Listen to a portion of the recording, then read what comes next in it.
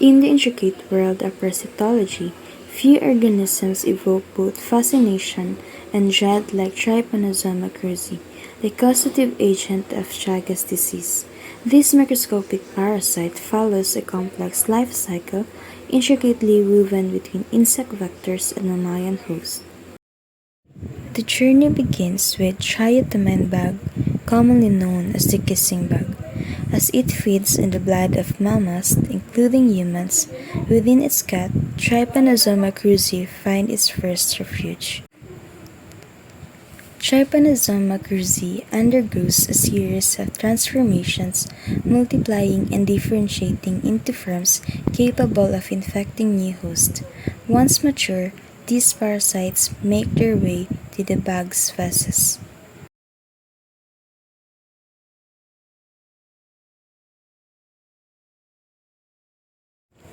During subsequent blood meals, the bug inadvertently deposits Trypanosoma cruzi laden feces near the site of the bite, facilitating transmission.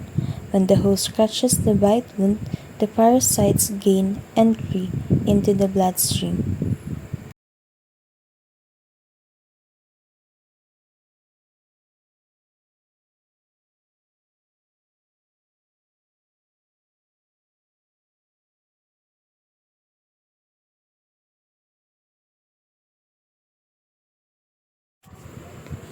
Within the bloodstream, Trypanosoma cruzi embarks on a journey of invasion and colonization. It targets various tissues, including cardiac muscle, where it can establish chronic infections leading to potentially life-threatening complications.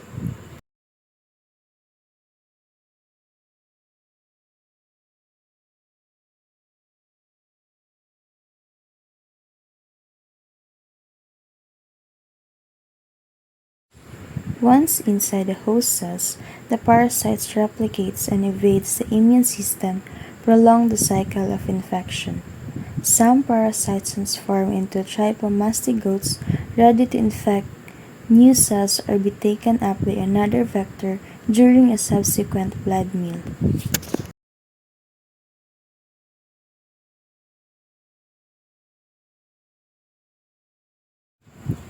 When another triatomine bug feeds an infected host, it ingests the trypomastigotes, restarting the cycle.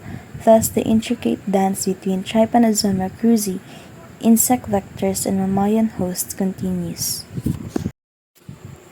Understanding the life cycle of Trypanosoma cruzi is essential for developing strategies to control Chagas disease and mitigate its impact on human health. Through continued research and public health efforts, we strive to break the cycle of transmission and alleviate the burden of this neglected tropical disease.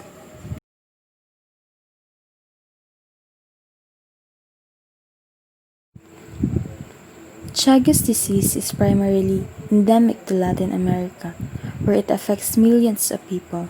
The highest prevalence is observed in rural areas where housing conditions are poor, and the vector triatomine bugs thrive.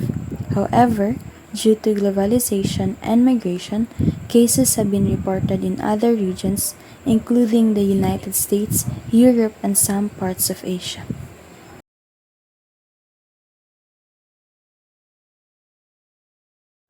Trypanosoma cruzi primarily inhabits the Americas, particularly in rural areas where its vector, the triatomine bug, is prevalent. These bugs commonly reside in poorly constructed homes made of muds, thatch, or adobe, providing ample hiding places for the parasite. However, cases of Trypanosoma cruzi infection have been reported in other regions due to human migration and travel.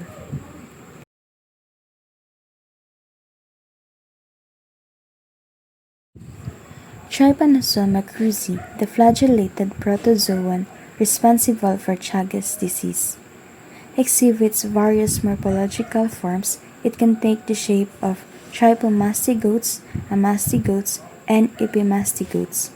Trypomastigotes, the infective form, are typically found in the bloodstream of mammals, where they can cause infection and spread the disease.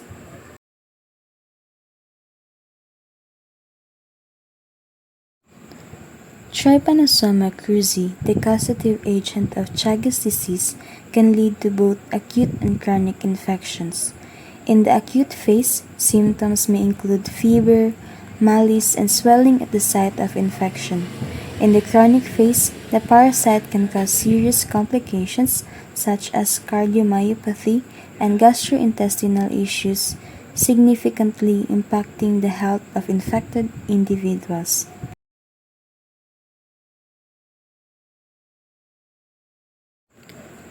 The immune response plays a crucial role in controlling Trypanosoma cruzi infection. Cellular immune responses, particularly T-cell mediated immunity, are important for controlling parasite replication. However, the parasite has evolved mechanisms to evade the immune system, allowing it to establish chronic infections in some individuals. Understanding the interplay between the host immune response and the parasite's evasion strategies is essential for developing effective therapies and vaccines against Chagas disease.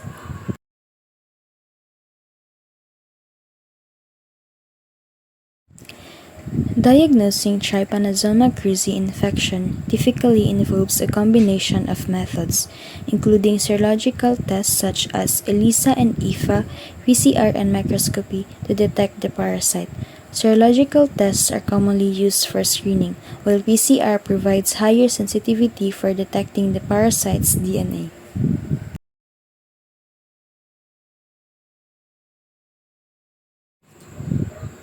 Antiparasitic medications such as benzimidazole and nifurtimox are used to treat Chagas disease caused by Trypanosoma cruzi. Treatment is most effective in the acute phase but can also benefit some patients in the chronic phase.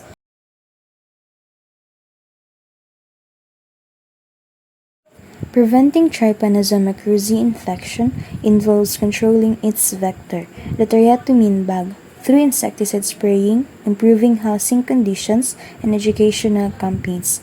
Blood screening programs help prevent transmission through blood transfusion, organ transplant, and maternal fetal transmission. By implementing these preventive measures, we can reduce the burden of Chagas disease caused by Trypanosoma cruzi.